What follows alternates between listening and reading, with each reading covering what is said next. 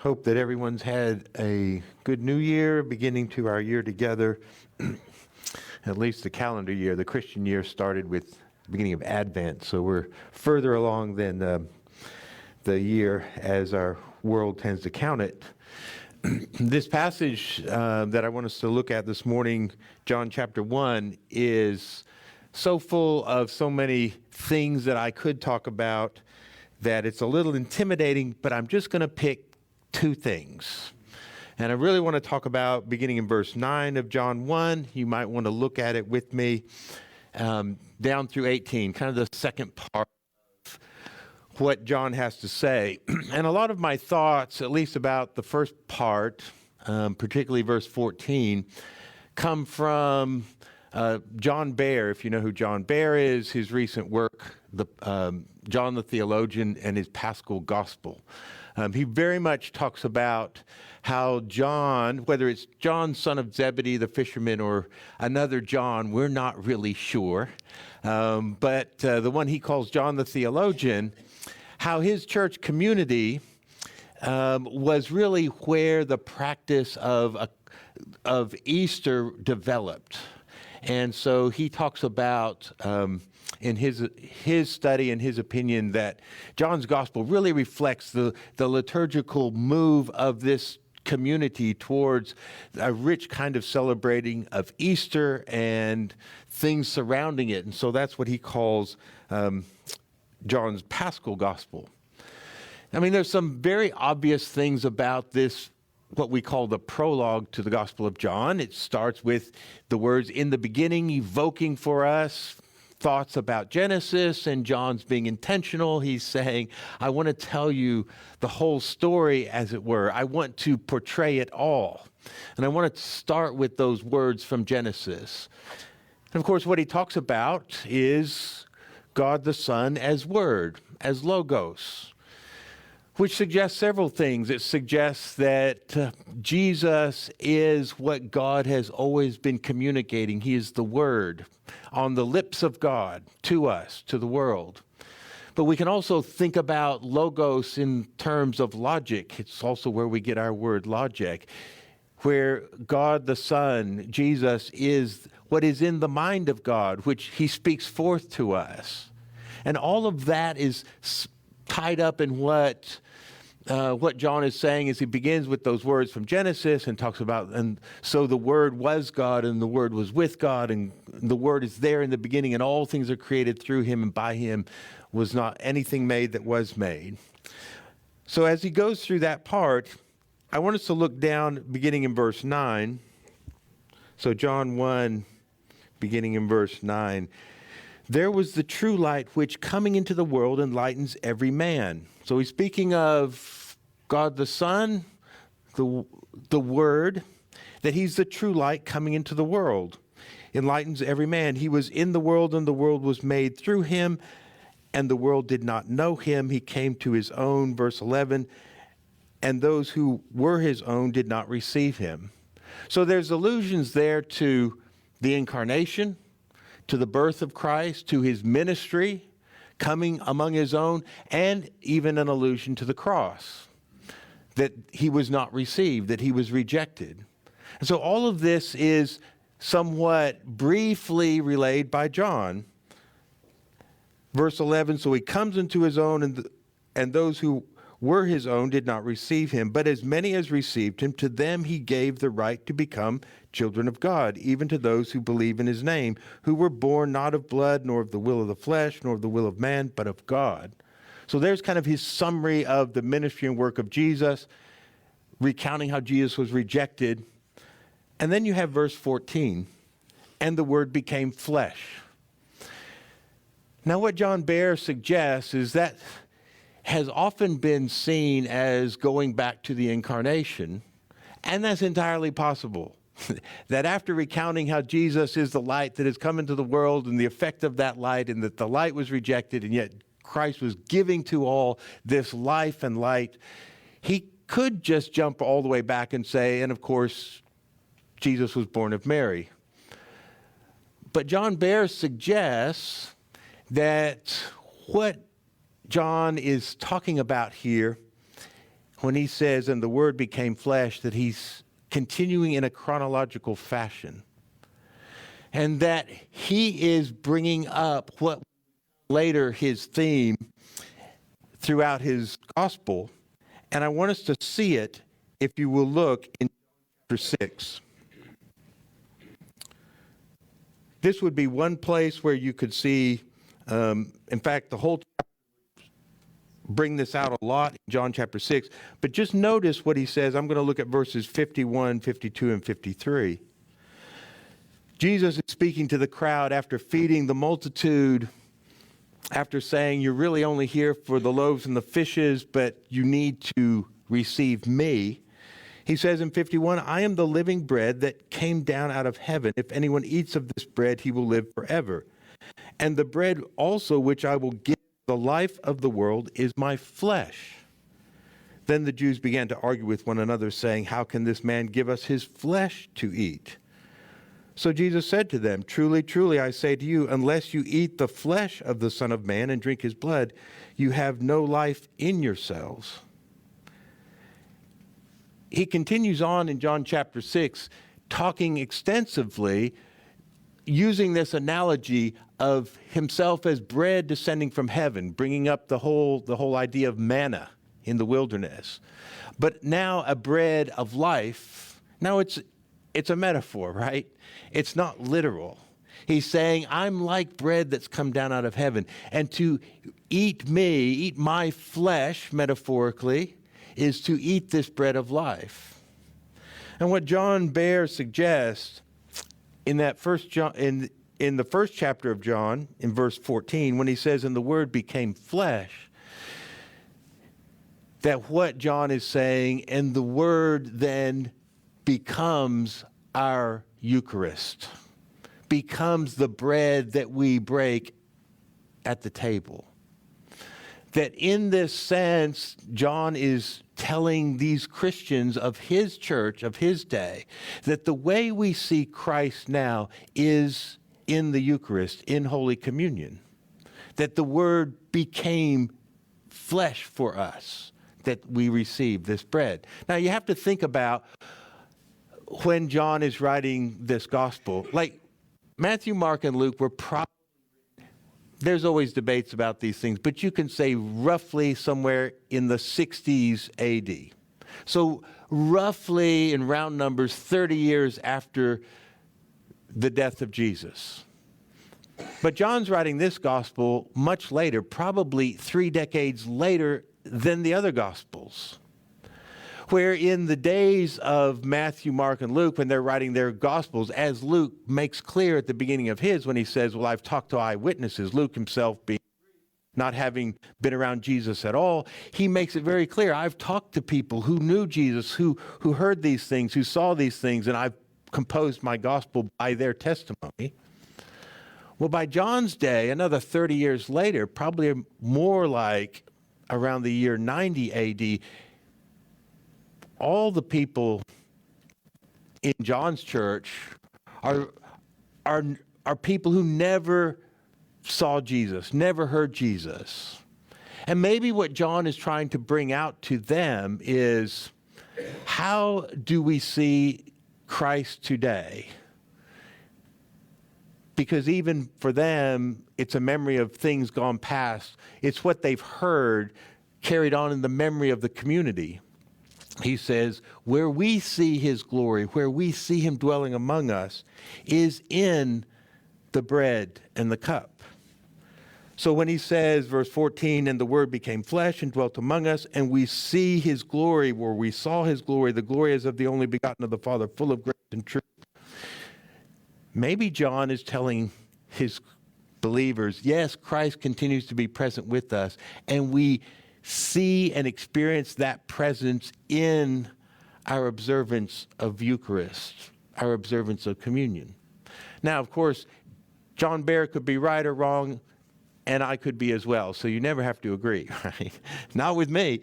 I have no insight into all these things. But it seems to me that John Behr has laid out a very compelling way to think about and read this opening part of John's Gospel. But what difference does that make? Well, I think it makes a pretty significant difference, because here's John saying, we behold his glory. He dwells among us in the simplicity of bread and wine.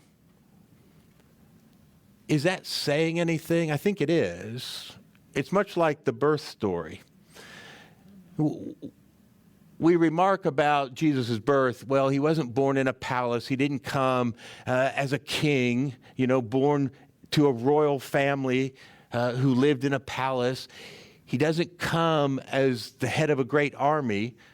Well, as Leah was talking about in children's time, he comes as a baby, born of a poor woman, because the offering they make at the temple for him is the offering of poor people.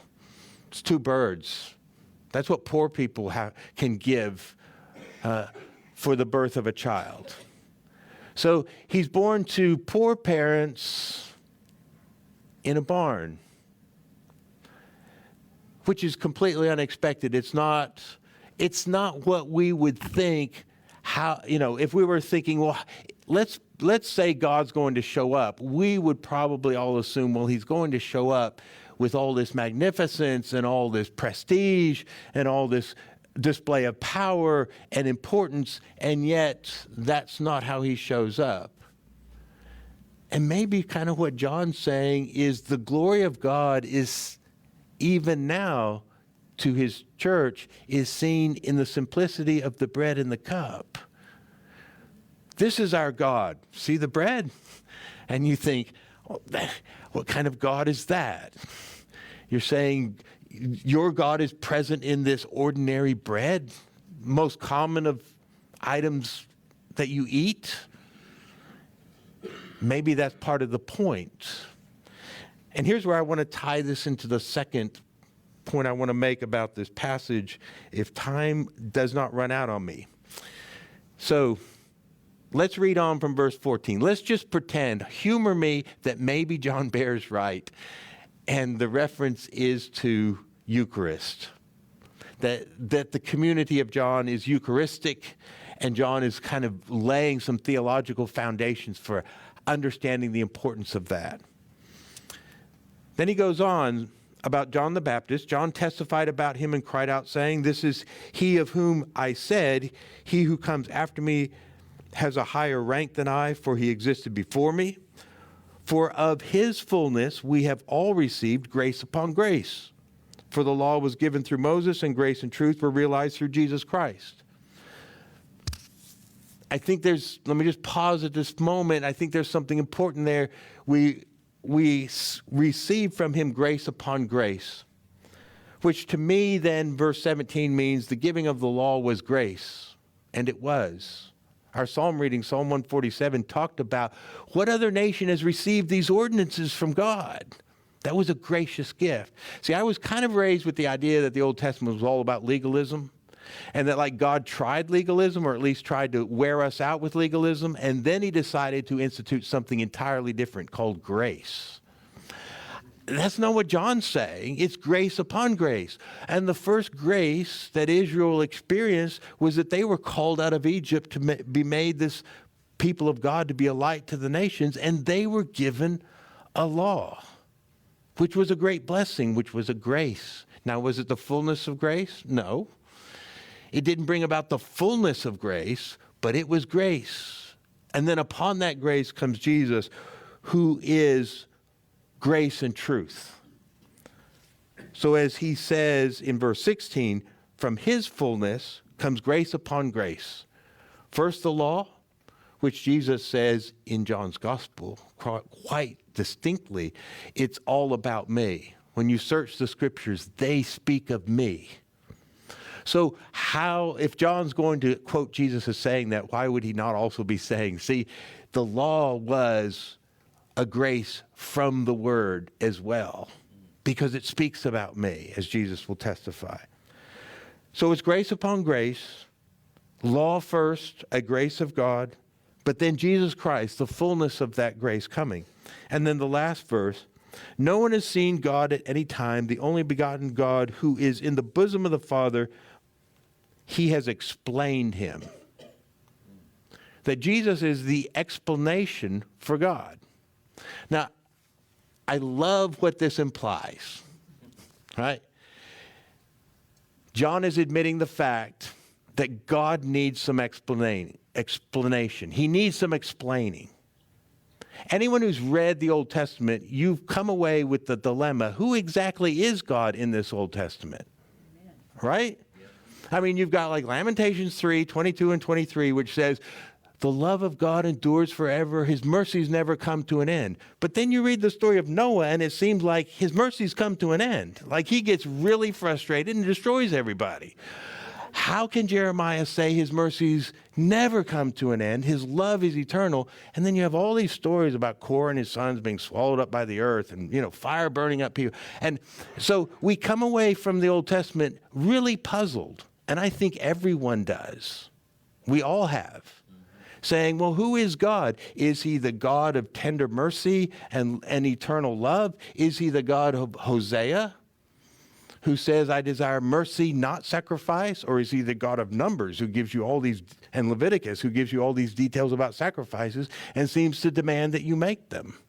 Which is he? Well, I think John is admitting the fact that there's a problem. God needs an explanation. And what John says is Jesus is the explanation for God. If you finally want to understand who God is, then you have to look at Jesus. Because up until that point, there's been a lot of debate and confusion and uncertainty. Literally in the Greek, the word that the New American Standard that I'm reading translate, explain, the translation read earlier, I think said made him known. It's an interesting little word picture. It's to unfold something by teaching. So you can see why, it's like explained or made clear, to unfold something by teaching. Like it's folded up and concealed, and through teaching you just continue to unfold it until it becomes apparent. And so John says, that's who Jesus is, the explanation for God. Which is why we read our scriptures backwards. We start with Jesus, and then we understand all the Hebrew scriptures in light of Christ. You cannot make Jesus fit with a previously, chosen understanding of those Hebrew scriptures. You have to start with Jesus and then go back and say, now, how then do I understand what was said earlier? Because Jesus is the explanation. And in that light, I think it's very much consistent that John might be saying the glory that we see of God in the person of Jesus is now dwelling among us as the bread and cup. Never the God you expected. The humility of God, the accessibility of God, the vulnerability of God. Things that we wouldn't have expected, but in fact are the very nature of how God has revealed himself in Jesus. Vulnerable, humble, weak in so many ways, and yet belying a kind of strength that overcomes everything. So as we enter into this year post-Christmas, post-Advent, and think about Jesus, my prayer is that our journey will continue to help us see Jesus as the one who explains the Father. Later in this gospel, the question we put to Jesus by his disciples, show us the Father. Right? John's saying that's the whole agenda, isn't it? To finally explain the Father. And what's Jesus' response? If you've seen me, you've seen the Father.